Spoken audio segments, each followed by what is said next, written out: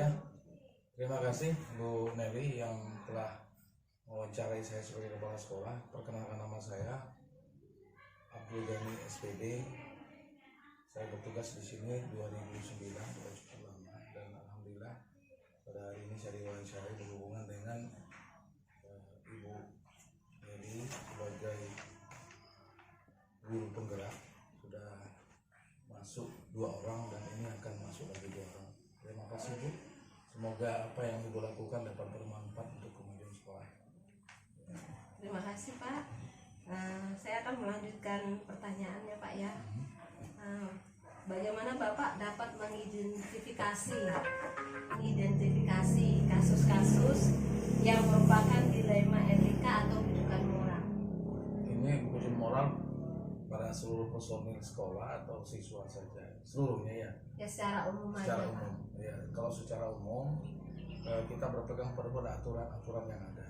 Kemudian di sana kita buat kesepakatan bersama. Setelah saya dulu di sini kan, kita punya aturan akademik harus kita taati. Jadi saya mengidentifikasinya persoalan-persoalan yang berat dulu, yang berhubungan dengan kemajuan sekolah itu yang dulu diutamakan. Kemudian persoalan-persoalan yang sangat mendesak, misalnya yang mengganggu proses belajar mengajar, baik terhadap gurunya maupun terhadap siswa, yang dapat mengganggu ketertiban, kedisiplinan, kemajuan sekolah. Saya data dulu, saya simpulkan dulu, setelah itu saya tahu yang mana yang lebih diprioritaskan. Mungkin begitu Ibu. Iya, terima kasih Pak. Terus bagaimana Bapak cara atau langkah-langkah mengambil keputusan di sekolah ini Pak? Nah, kalau sudah saya kelompokkan persoalan-persoalan tadi, saya berkomunikasi dengan semua guru yang persoalan itu. Tentunya saya harus menyampaikan ini kepada dewan guru, biar guru lain atau siswa lain tidak mengikuti ini. Dan langkah saya komunikasi dulu, komunikasi dengan orang yang bersangkutan, ada kesepakatan seperti apa selanjutnya. Kemudian yang kedua, kalau memang terus itu dilakukan, ya saya mau tidak mau harus memanggil yang bersangkutan secara lisan. Ya. Mungkin kalau terus-menerus dilakukan juga akan diberi peringatan, ya, surat peringatan 1. Ya, tentunya ini harus adanya kebersamaan, karena semua keputusan di sekolah ini kan sifatnya pendidikan kan, tidak dapat itu serta-merta langsung dari kepala sekolah. Ya, saya juga melihat dari apa persoalannya, apa yang dialami, bagaimana dia melakukan itu, apa sebabnya. Tentunya harus tahu dulu sebab-sebabnya, baru saya tidak melakukan tindakan. Mungkin itu. Langkah-langkah atau prosedur apa yang biasa Bapak lakukan selama ini?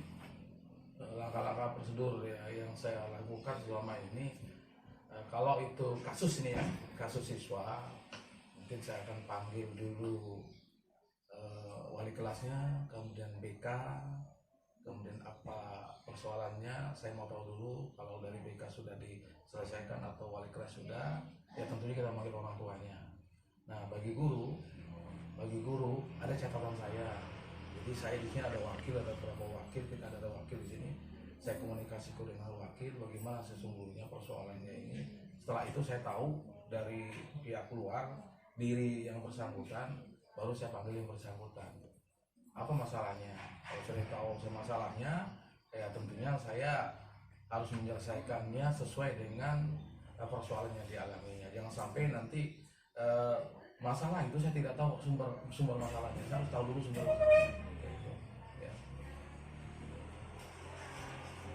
Hal-hal apa saja yang selama ini Bapak anggap efektif dalam mengambil sebuah keputusan? Hal-hal yang sangat efektif, mungkin kebersamaan, mungkin ya. Saya tidak pernah juga memberi sanksi, cuma peringatan saja, dan kesepakatan kita lebih efektif begitu. Dan yang lebih sangat efektif tuh ya kepala sekolah, guru dewasa, wakil itu harus mencontohkan kepada teman-teman. Kemudian bagi siswa yang sangat efektif itu kan aturan yang kita buat bersama dengan orang tua itu, dan anak-anak sudah tahu semua aturan itu.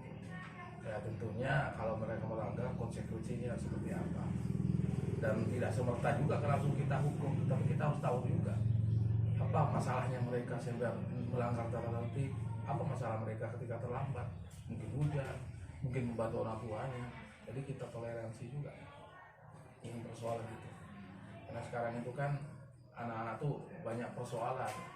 Lantas dari persoalan itu mereka berbuat sesuatu tingkah yang tidak diketahui oleh guru. Makanya kita kan harus mengetahui apa sih penyebab anak ini. Kalau sudah kita tahu, ya baru kita ambil tindakan. Mungkin begitu. Saya pikir efektif sekali itu. Ya. Semua menjaga ketertiban itu, bukan kita saja tetapi seluruh komponen sekolah untuk menjaganya. Bukan kepala sekolah, bukan guru, tapi siswa juga dapat memperingatkan temannya berolahraga. Mungkin itu Ibu. Terus apa saja yang selama ini merupakan tantangan bagi Bapak untuk mengambil keputusan-keputusan yang ada? Tantangan yang mungkin yang sulit ya, berhubungan dengan kebijakan orang tua anak. Ya, kebijakan orang tua anak tidak semua sih, itu mungkin hanya 2% dari seluruh orang tua yang tidak mendukung pendidikan. Ya, kemudian yang pada guru, pada pegawai yang sulit itu apa tidak berubahnya. Sudah ditegur berkali-kali, tidak berubah, sedikit perubahannya. Ya, itu. Tapi itu kan sedikit, hanya 0, berapa persen dari perilaku tertentu, bukan secara persoalannya, tetapi perilaku tertentu yang sulit, mungkin seperti datang terlambat, cepat pulang. Nah, itu ada beberapa yang saya lihat itu, tapi sedikit sekali sih. Nah, ya. Tapi itu sangat mengganggu sih, agak berat, karena bisa memberi contoh yang lain. Kok ini kok bisa terlambat, kok ini kok cepat pulang, kok terus menerus gitu. Padahal sudah sering ditegur. Mudah-mudahan ke depan kita akan lebih baik lagi. Apakah Bapak memiliki sebuah takaran, misalnya sebuah keputusan itu Bapak buat pada jadwal tertentu, apa pada saat itu juga sebuah keputusan itu? Tidak, sebuah keputusan ini berhubungan dengan sanksi atau berhubungan dengan kasus-kasus yang Bapak alami, ya. Apakah Bapak mempunyai jadwal tertentu, apa diselesaikan pada saat itu juga? Tidak diselesaikan pada saat itu juga. Jadi saya beri waktu untuk memahami persoalannya dulu. Kita tahu persoalannya seperti apa, mungkin tenggang waktu dalam beberapa hari gitu. Paling lama sih 3 hari. Saya harus cepat ambil keputusan itu, paling lama sih. Ya, tapi kalau untuk siswa yang sifatnya pelanggaran itu langsung sih. Ya, saya panggil mungkin wakil saya, mungkin BK wali kelasnya. Ya, mereka sudah tangani atau belum? Kalau mereka misalnya tidak mampu, harus kepala sekolah juga, ya saya langsung hari itu juga tidak. Atau ketika anak melanggar langsung hal-hal kecil sepertinya baju tidak dimasukkan, ya saya mungkin tegur langsung, saya tegur bajunya masukkannya lebih cantik, lebih bagus. Atau tali sepatunya lepas, tolong diperbaiki. Atau anak pakaian, kadang-kadang kita pakaian sweater ya di lingkungan sekolah, saya larang, enak, tolong lepas sweaternya, pakai seragam sekolah saja. Atau pakai topi lain, itu mungkin langsung saya tegur. Ya, tapi tidak menyudutkan anak, tapi memberi hal yang baik, yang lebih positif. Mungkin itu. Ya. Adakah seseorang atau faktor-faktor yang lain selama ini mempermudah atau membantu Bapak dalam mengambil suatu keputusan? Saya pikir semua rekan-rekan kerja sih yang mempermudah saya. Selain itu juga saya punya referensi, punya rekan-rekan kerja juga, dan ada MKKS kan, kami sering komunikasi. Saya persoalan yang sama yang dialami oleh sekolah lain, bagaimana menanganinya, saya lihat dari sana seperti apa, saya lihat karakter orangnya, mungkin tidak cocok, tapi ada yang cocok mungkin. Ya. Jadi khususnya teman-teman di sini, teman-teman yang di sekolah ini, dewan guru, pegawai, yang sama-sama selama ini menjaga sekolah ini kondusif, baik gitu, tertib gitu, dan semua kekuatan yang ada di sini saya gunakan untuk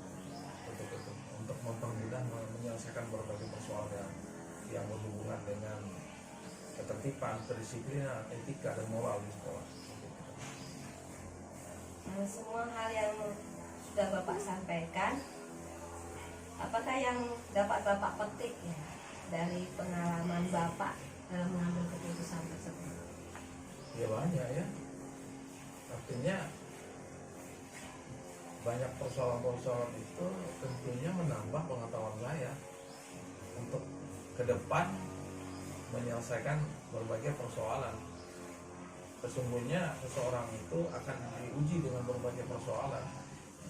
Nah, kalau seseorang tersebut tidak pernah diuji, ya belum tentu dia dapat menyelesaikan. Justru banyak persoalan itulah yang membuat kita semakin mapan, semakin kuat, semakin memutuskan suatu keputusan itu lebih baik ketimbang orang-orang yang belum pernah mengalami persoalan. Justru dengan persoalan itu membuat kita lebih bijak, karena kita telah pernah mengalaminya, telah melakukannya. Tapi kalau orang yang belum pernah menyelesaikan masalah, tidak akan pernah dia mengambil keputusan yang baik. Sulit mengambil keputusan yang baik. Makanya sangat penting sekali persoalan-persoalan itu dilakukan, dikerjakan, diputuskan dengan hal-hal yang terbaik, dengan keputusan yang terbaik. Tidak semua keputusan itu yang baik, dan tidak semua keputusan itu menyenangkan orang. Tapi keputusan itu semaksimal mungkin untuk menjaga ketertiban, kedisiplinan, kemampuan sekolah untuk terus maju bergerak untuk kemajuan sekolah. Ya, terima kasih Pak ya untuk waktunya hari ini saya bersama kepala sekolah. Biarlah ini menjadi pengalaman juga saya sebagai CGP angkatan 7, supaya saya juga seperti Bapak kepala sekolah untuk bisa mengambil suatu keputusan yang bijak. Terima kasih. Sekian, terima kasih. Ya, mungkin pesan saya kepada Ibu terus bergerak, terus maju.